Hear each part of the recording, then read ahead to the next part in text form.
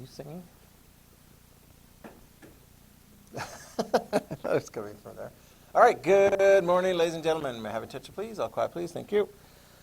All right, see you guys 3 times this week, and we'll continue working on our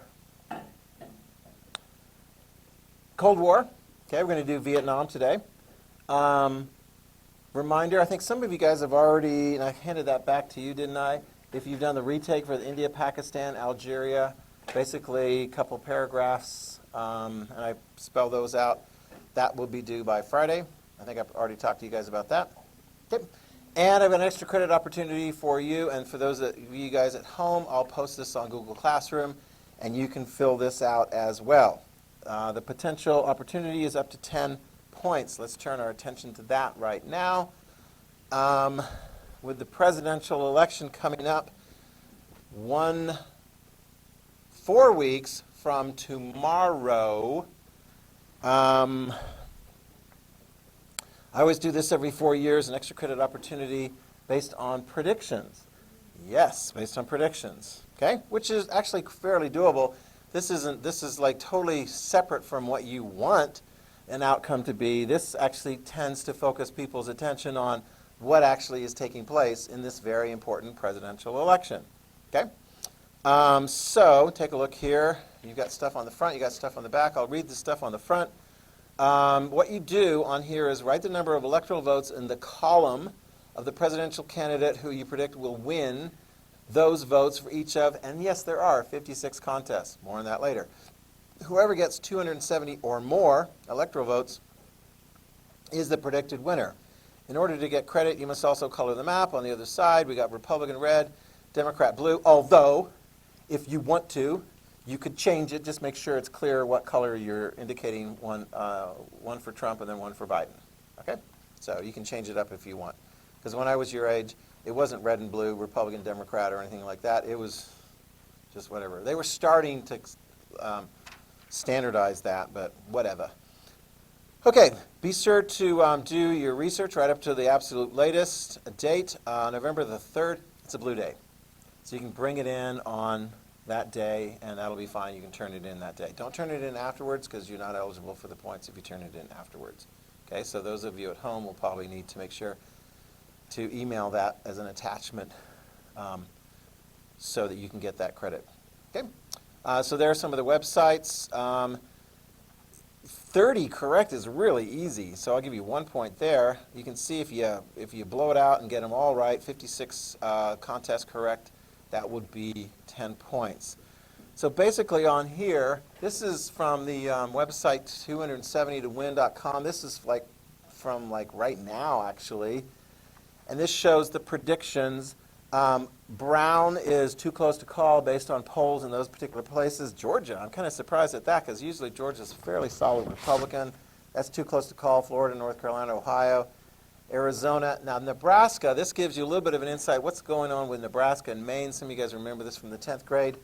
And you can see, if you look in the first column, there's Maine. They divide it up by congressional district. That's how they want to do it in Maine, and they do the same thing in Nebraska. And I tried to convey that by, if you look on the back on the map, I've got this little teeny tiny first congressional district in Nebraska.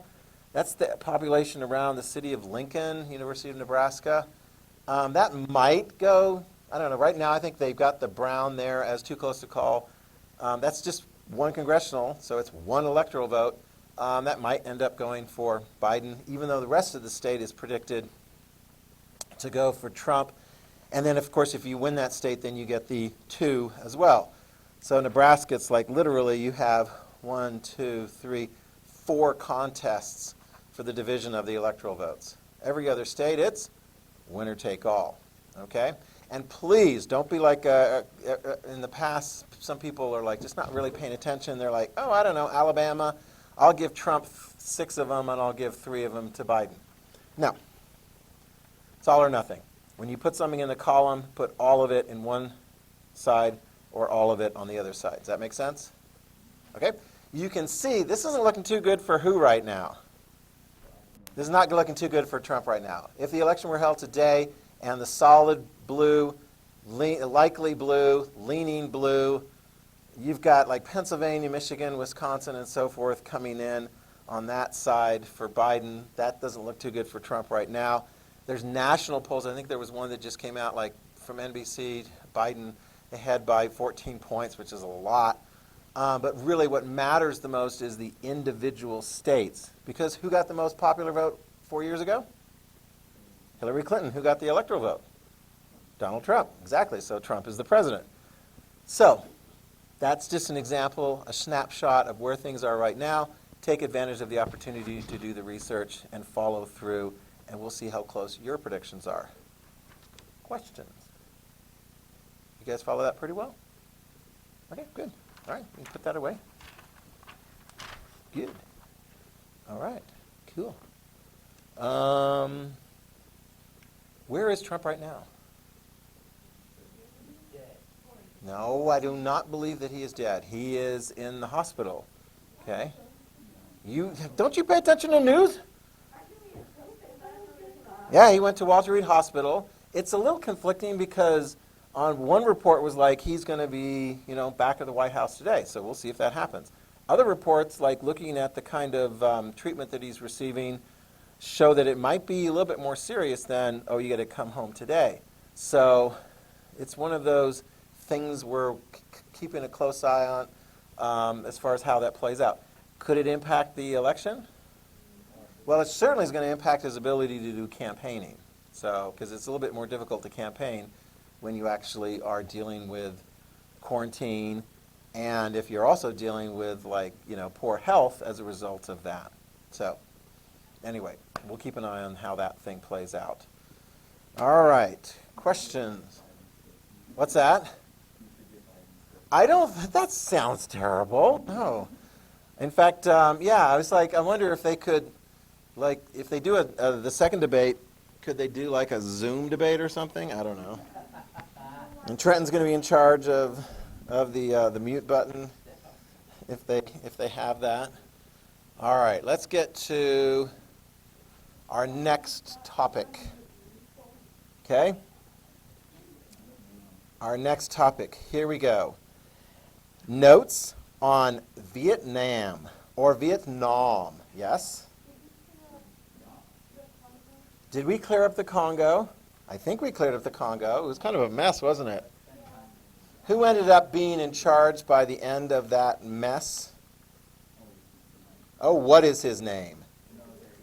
The military guy. Very good. Mobutu, very good. Mobutu Sese Seko. And who did he get critical support from? And why did the United States give him support? Because they didn't want... Exactly, because the Soviets were involved on the other side. Even with all the confusing details and so forth, in the Cold War, history actually ends up being a little bit easier. Because it's like if the Soviets are on one side, the United States tends to be on the other side and vice versa. It's like you put on a set of glasses and just look at the whole world, the complicated world, through just a prism of, are you with us or are you against us? And that tends to dictate a lot of our policies. Well, let's just say in 1965, Kasavubu is gone. Okay? 1965, Kasavubu, that was the, let me see, was he the president or the prime minister? Yeah. Does it really? Well, that sounds like Disney needs to not make their villains have yeah, exactly, yeah. A villain named Smith or Jones, anyway, whatever. Yeah, so then you're like, oh, well, everything clears up after 60. No. It's going to be problematic for many, many years. Just know that's a good example of how things can sort of blow up very quickly. And we'll look at some other examples in Africa. Unfortunately, there's a lot of examples. And you're not going to get too many examples of lovely, peaceful democracy with plenty of human rights for everybody as the transitions occur. Sometimes it's going to be pretty difficult.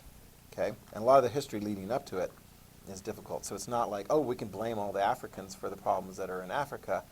Some of the problems there's going to be plenty of blame to go to the people who were in charge of Africa before that. Good luck getting that all sorted out. Speaking of parts of the world that are controlled by outsiders, write this down. You ready? We're going to give you the Vietnam experience. Vietnam. There it is on the map. Vietnam, there's a northern part, there's a southern part.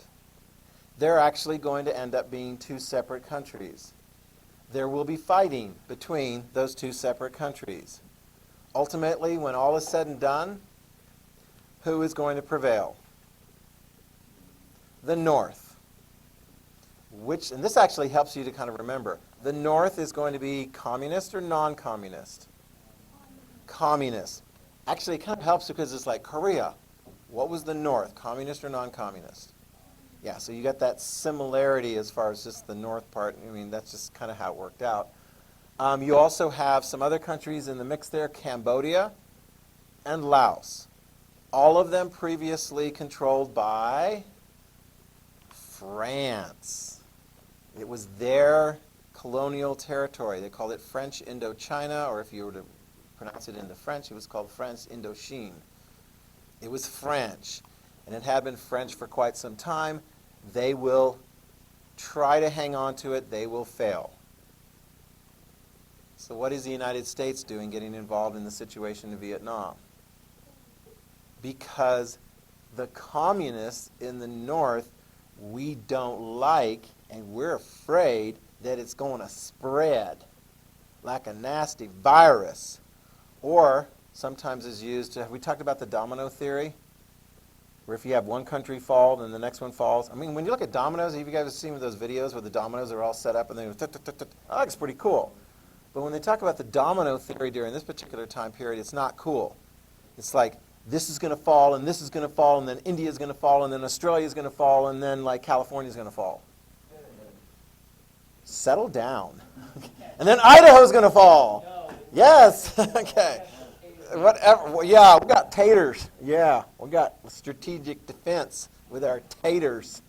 We're going to hit you in the eye with our eye full. Whatever. So I'm going to lay the groundwork for you here because Vietnam is a really, really challenging part of our history for the United States. You're going to have a lot of people die there, and you're going to have a lot of Americans die, although most of the people who die there are going to be Vietnamese. Got that? And the United States it's one that's like, if you give us a charitable outcome, you can say, well, we declared victory and left. But within a short period of time of declaring victory and leaving, the country who we supported, South Vietnam, is going to be gone. So we're going to look at this thing and see how this actually played during the Cold War, how it ended up being a very difficult part of our country's history. And this was all taking place in the tumultuous late 1960s and early 1970s, where there was, write this down, a fair amount of opposition to United States involvement in the Vietnam War. Was it absolutely totally clear? No, but it grew. As the war went on longer, the opposition grew. And yeah, we'll be talking about this as we go through. But I would just kind of like throw something out there for you. I'm going to show the movie trailer for a really cool movie starring Robin Williams. Oh, it gets like the scoop on stuff there. It's like, what the heck's that? Robin Williams, great actor, who's no longer with us, sadly. He played Adrian Cronauer. Let's show you here. There we go. Adrian Cronauer, a real person who was a broadcaster for like United States Armed Forces Radio. And he was there, and he was a dynamic personality, a little bit more dynamic than perhaps some of his overseers wanted him. And he, I don't know, it's interesting. It's like, how close was that actually to the reality of Adrian Cronauer? Because Robin Williams took that role and went to town on it.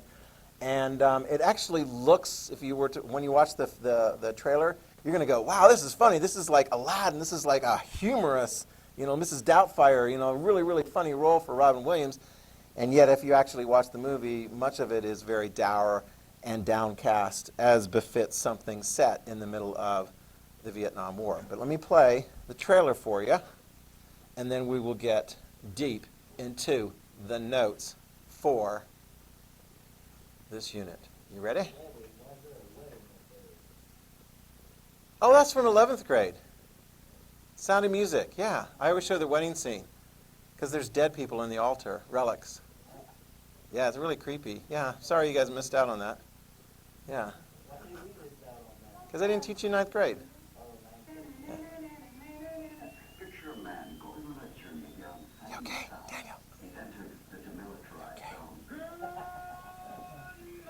Good morning, Daniel. Time to rocket from the Delta to the DMZ. 0600, what's the O stand for? Oh my God. Mr. Leo. You know, the color camouflage thing for me doesn't work very well. Why is that? Well, if I bet you go in the jungle, I can't see you. If you're going to fight, clash. That is not what we program here. Surprise, surprise, surprise. You are not funny. You're not going to last long. Boy, do I have a surprise for you. Good morning, Vietnam. In 1965, Adrian Cronauer was sent to do the impossible. I was sent here on very strict orders from the colonel. What the hell's going on here? His mission, to build morale. Where are you from? Oh, from Cleveland. Obviously, Vietnam's not that much of a change for him. His strategy, keep them laughing. Someone is not telling the truth. You say that they are full of. His problem, staying out of trouble. You are stick to play in normal mode of music. Jim Neighbors, Michael Varney, Percy Page. Percy Fink, good. Yeah. He did a very off-color parody of former VP Nixon. Thing is not the VP, that's a VIP. Then we keep the DC and the QT, because the least of the DC, you can end up in MIA, and then we all be put on TV. Sir, the man is a walking keg of dynamite. He's read artificial news. Apple Merman jam crossing radar. Oh, I got a feeling. What's he going to be like in 6 months? He's going lending in my face. What's he going to be like when he's 10 times as popular? What's the weather like out there? It's hot. Damn hot. Hot and wet. That's nice if you're with a lady, but it ain't no good if you're in the jungle. Touchstone Pictures presents Robin Williams as Airman Adrian Cronauer, the wrong person, Very attractive man, I never saw, don't think I ever noticed. in the wrong place, This will not look good on a resume. at the right time.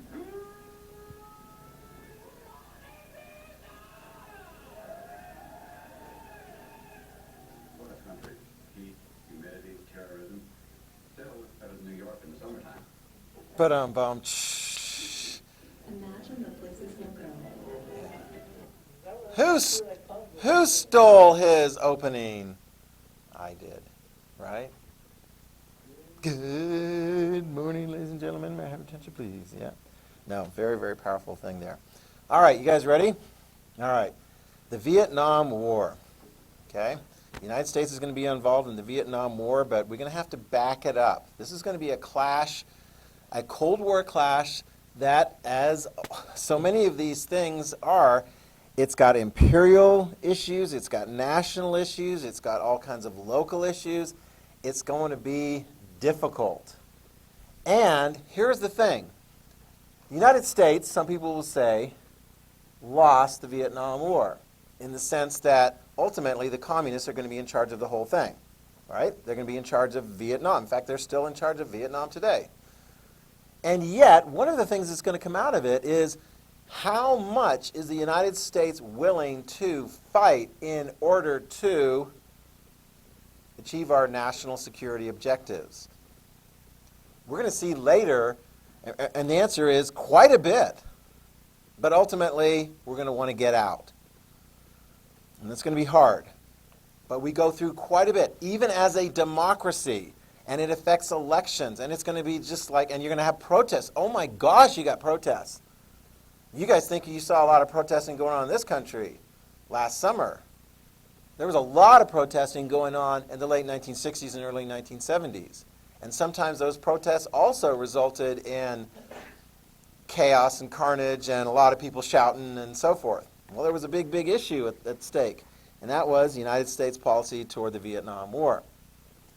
It is going to be difficult, and in fact, you're going to see, write this down, people will say, no more Vietnams. In the United States, throughout the night, after the mid part of the 1970s and into the 1980s, you're going to have people saying, no more Vietnams. And you're like, well, what does that mean, no more Vietnam? We're going to, like, obliterate the entire country?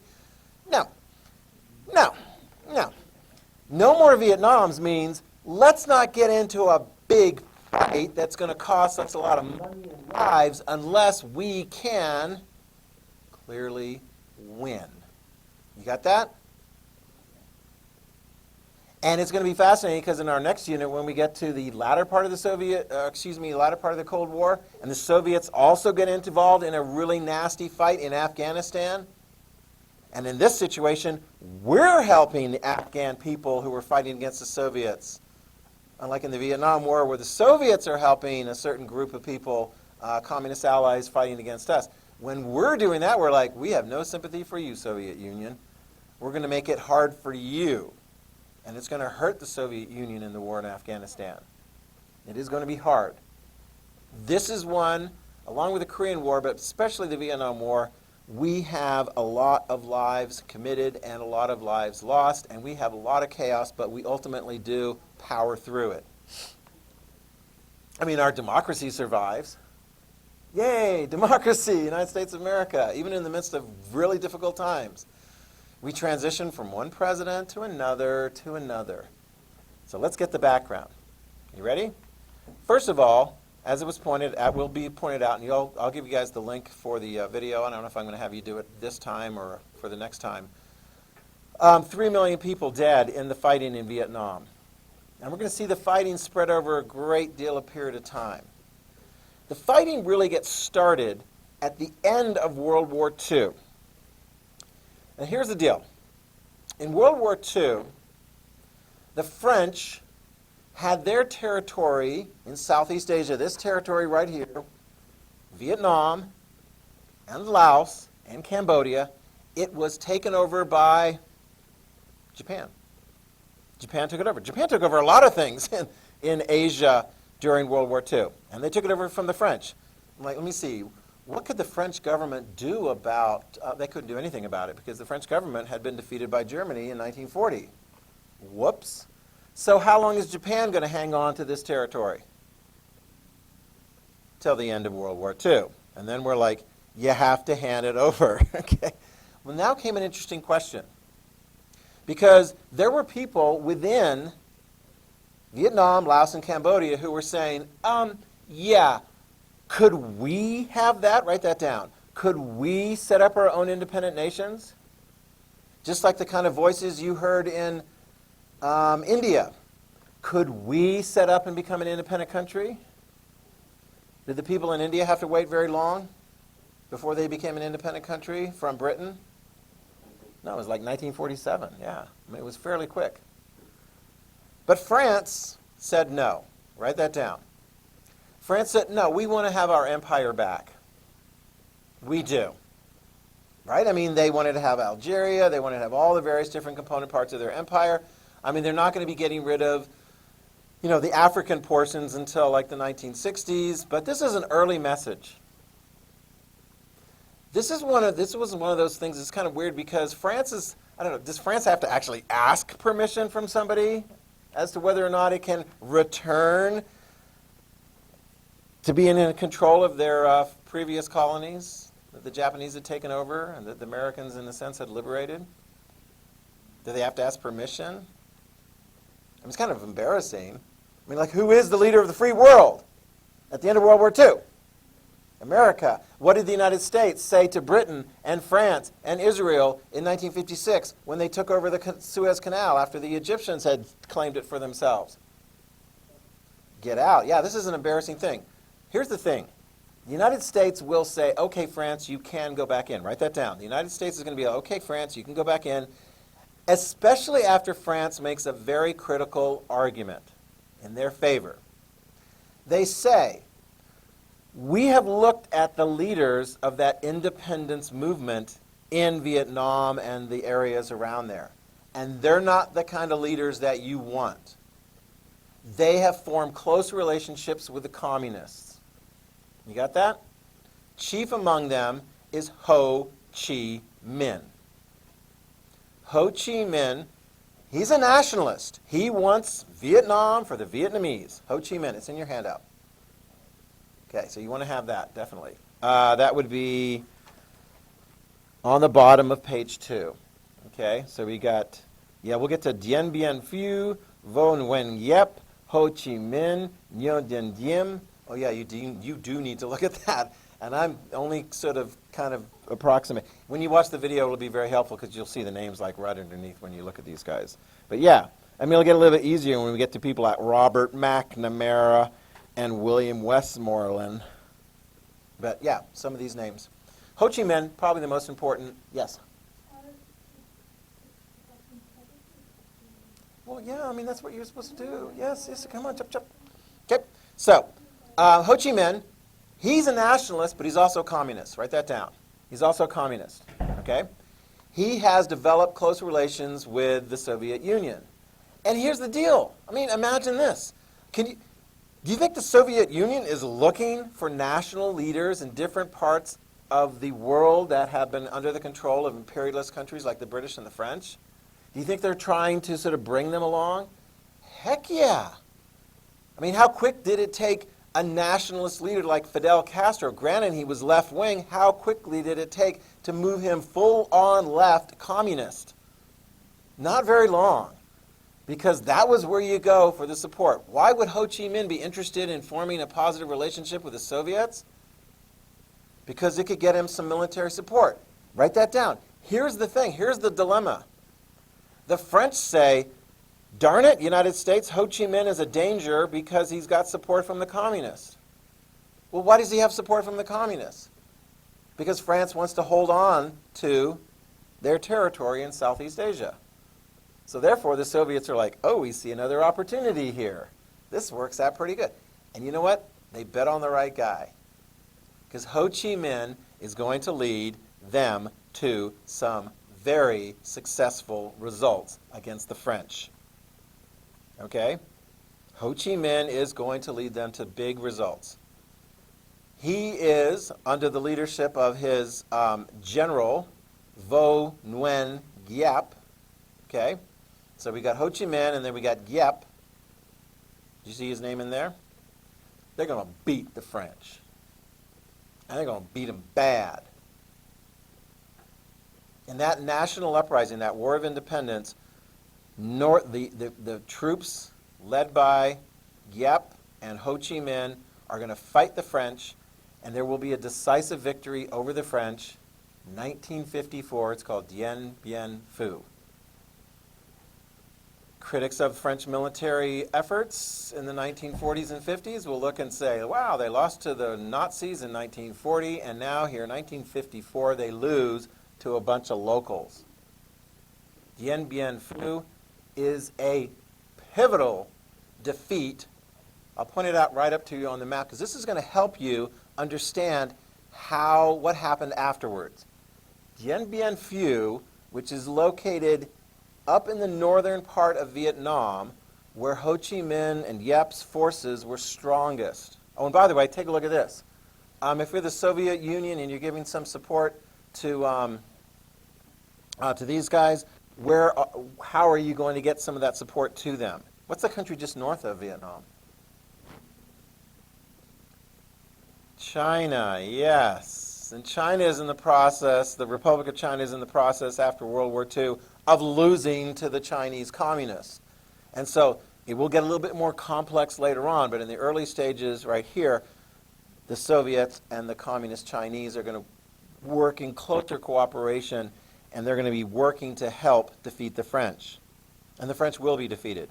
1954, the French are defeated, and they get out of there. I mean, they're going to get out of there. So much for the empire. Oh, and by the way, imagine how this is going to be received back in France. Oh yeah, that whole Algeria thing. Part of the reason the Algerians did so well and the French population was like, oh my gosh, just let them have Algeria is because France lost in Southeast Asia. Yeah. So the French were in Cambodia? Yep. The French had their one big colony is what is today Vietnam, Laos, and Cambodia. Oh, so they took them out of all three and then separated them? Yep. Here we go. You ready? Here is the deal that was created when the French left. 4 new countries set up. 4 new countries. Okay? Cambodia, Laos, and then Vietnam, which there's some sense that maybe there's going to be like elections over the entire country, but in the South, they're like, we don't want to participate in those elections, and so 1956 elections don't really take place because the strength of Ho Chi Minh and the communists is in the North, and so they're going to set up a separate government called North Vietnam. You got that? And that's going to be Ho Chi Minh's government. That's going to be communist. That's going to be supported by the Soviets. Got it? So what government do you have in the southern part? What do you have in South Vietnam? Anti-communist. Anti-communist. Yes, they're right next to each other. And it's fascinating because it's this long kind of strung out country there. And when we get to the actual details of fighting the war, one of the problems is going to be, is the war going to be contained, the Vietnam War going to be contained in Vietnam? Well, you can tell but just by looking at the map here, it's like, I don't think so. It looks like a lot of fighting is going to flow out into Laos and into Cambodia. It's going to make it complex. It's going to make it more difficult. Okay? So, how do things look up in the north? Ho Chi Minh's in charge. What kinds of policies do you suppose he's going to introduce into his country? I don't know. What would land reform mean? What is land reform? Jack, what does land reform mean under the auspices of Ho Chi Minh? Redistributing it? What, just to like take this land and just sort of shuffle it around like a deck of cards?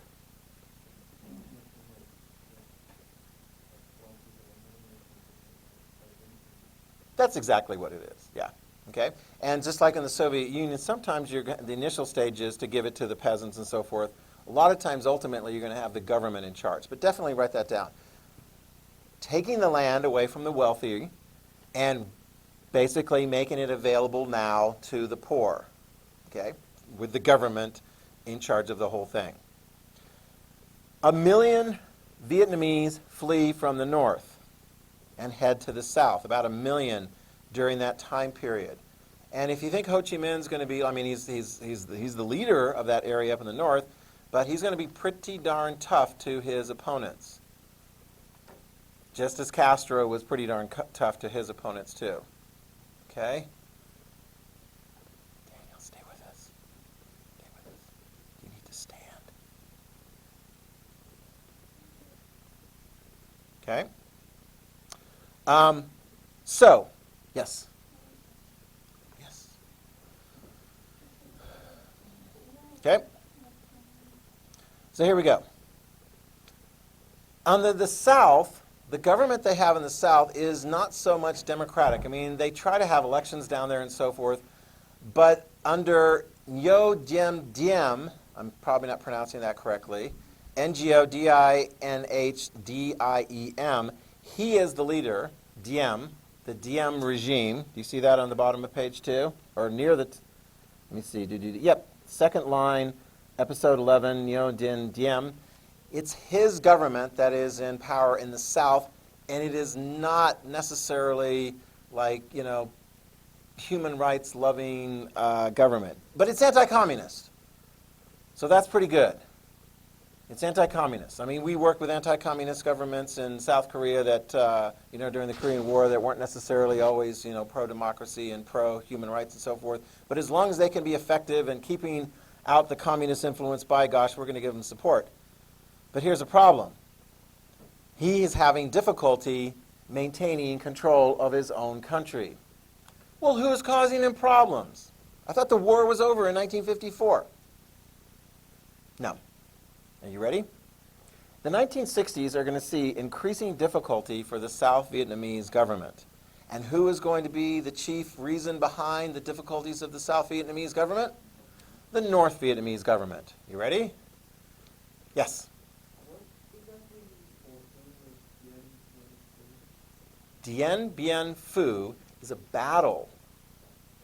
Yeah, that was the one that France lost. So that's a location. I know, you're like, oh my gosh, help me out here. I'm getting all these names. Some of them are people, but Dien Bien Phu was a battle. And who won the battle? Ho Chi Minh and his forces against the French, yeah.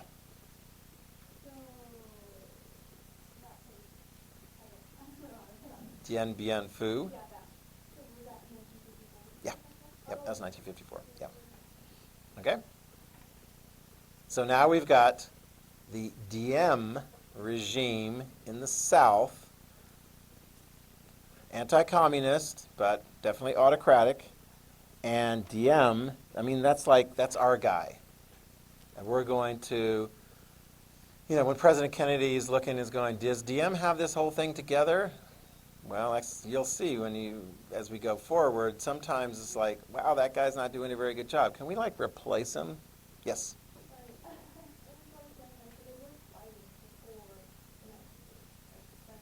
Yes, yes. So if you think of, like, the fighting after World War II in that area, first phase, France loses, France gets out. 4 countries created. One of them clearly communist, North Vietnam. It will spread, and they will be looking to have pro-communist governments in all of the remaining areas. Will they achieve that objective? Yes, although there's an asterisk, because the pro-communist government that's going to end up in Cambodia is going to be pro-Chinese for a while. And you're like, well, China, Communist China, the Soviet Union, the same thing? No, as we go through here, increasingly you're going to see that there's tension between those two countries, which President Nixon is going to exploit and widen the gap between the Soviets, and it's like, you know, multi-dimensional chess. Very, very interesting. But yeah, the Soviet Union and Communist China are going to have some differences of opinion, and it will also play out in what's going on in this part of the world. But let's get the basics first, all right? Here's South Vietnam's government, and by 1960, they are going to have a fight on their hands, and that fight is going to continue all the way until North Vietnam wins in 1975? Yeah, 1975. Okay? North Vietnam creates a group called the Viet Cong. Write that down. The Viet Cong. It is think of it as a military unit. It's not officially part of the North Vietnamese army, but they working in conjunction with each other for the same goal. The Viet Cong, organized by North Vietnam, provided funds and weapons by the Soviet Union. The goal of the Viet Cong is to go into South Vietnam and wage war against South Vietnamese authorities, whether it's the military or local government or whoever. Got that? And literally, they will go into the villages and so forth. If they see that somebody is not with them, they'll kill them. So these guys are tough, these Viet Cong guys. And you can't necessarily always spot them because they're a guerrilla force. They're not wearing regular military uniforms. They're going into the countryside and looking for this and looking for that and fighting. Oh, and by the way, let's go ahead and get to this. How do they get there? What do they, like, go through the little border between North and South Vietnam? No, take a look at the map. Most of the infiltration into South Vietnam is going to be as a result of traveling through Laos and significantly through Cambodia, and then filtering into South Vietnam itself. You can see that South Vietnam is quite vulnerable to incursions from its western border, because Cambodia is neutral, but is the Cambodian government able to stop Viet Cong forces, or even North Vietnamese forces later on, from going through that area and into their own country? No. That actually is going to be known, you can write this down, as the Ho Chi Minh Trail. That route by which supplies and personnel are brought from North Vietnam down into South Vietnam and then moving in and around from that point on. It's called the Ho Chi Minh Trail. Later, when you see the United States getting involved in this fight, we're going to be like, let's bomb it, because that's the United States, solution militarily to a number of things in this war. Let's just bomb it. Well, and it's going to get bombed a lot. Is it going to stop it? No. It'll knock it here, there, and everywhere, but it's not ultimately going to stop it. Well, we're getting ahead of ourselves a little bit here. We got the Viet Cong. President Kennedy, for the United States, is getting these messages now from the South Vietnamese government, and he's like, this doesn't look good. I thought things were wrapped up in 1954. It looks like North Vietnam is trying to gain territory that it wasn't given. Well, that's right. So what are you going to do, President Kennedy? What are you going to do? You're the president who's like tough, cold warrior. You're gonna help any friend fight any foe anywhere in the world. He sends in 16,000 military advisors. Write that down. 16,000 military advisors. 16,000 military advisors. What? Walking around and going, here, I'm here to give you advice. I'm not going to take over this war, but I'm going to give you military advice. Military advice to who? South Vietnamese government. South Vietnamese military. Sorry? Kennedy.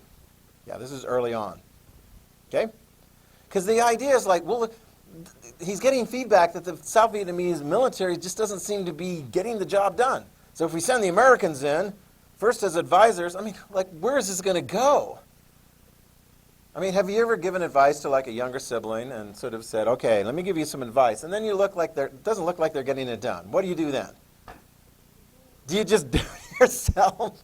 I mean, do you think the United States is just going to start doing it ourselves in this conflict? That's exactly what's going to be happening. By the time we get to the end of the 1960s, let me see, I think we have, where do I have that number written down? We're talking hundreds of thousands of soldiers in the fight. Yeah. And then when Nixon comes along as president, he's going to go, let's see if we can return this fight to the South Vietnamese themselves. I'm looking to get out of this war, but we're getting ahead of ourselves. All right? Kennedy sends in advisors. His goal? The domino theory. Stop the dominoes from falling. Because what territory fell and came under the control of the communists in 1949? Boom! China. North Vietnam, obviously, with Dien Bien Phu and so forth, 1954. We're afraid that in Southeast Asia, they're going to keep falling, falling, falling, and then, as I was joking, you know, they're going to end up in California. Right, Trenton? That would be very disturbing to you. We don't want that, do we? No. Okay? So, try to stop the dominoes from falling. The Viet Cong are very, very active, going into various different villages. In 1961, they've killed upwards of 4,000 officials in villages throughout South Vietnam. I mean, these guys are very effective. They go in, they're like, wow, you're not with us. Boom, we kill you. Very tough methods on the part of the Viet Cong and their North Vietnamese supporters. Right? And then, of course, you have, it's like, how do you catch these people? The South Vietnamese government's like going around here, there, and they're getting tough. And of course, then when they get tough on the villages and so forth, because they're like, are you supporting the Viet Cong? Because it looks like you're supporting the Viet Cong because this village official was killed and you didn't seem to stop it. And so then you get the South Vietnamese government coming down hard on the people in the villages, and now everything's going nuts. And then, in the summer of 1963, Buddhist monks protest by lighting themselves on fire. That seems to be an interesting point to stop. Is it 11 o'clock already? It's 11 o'clock. So we will... Buddhist monks light themselves on fire to protest what is going on. Oh my gosh, Trenton, you are bad.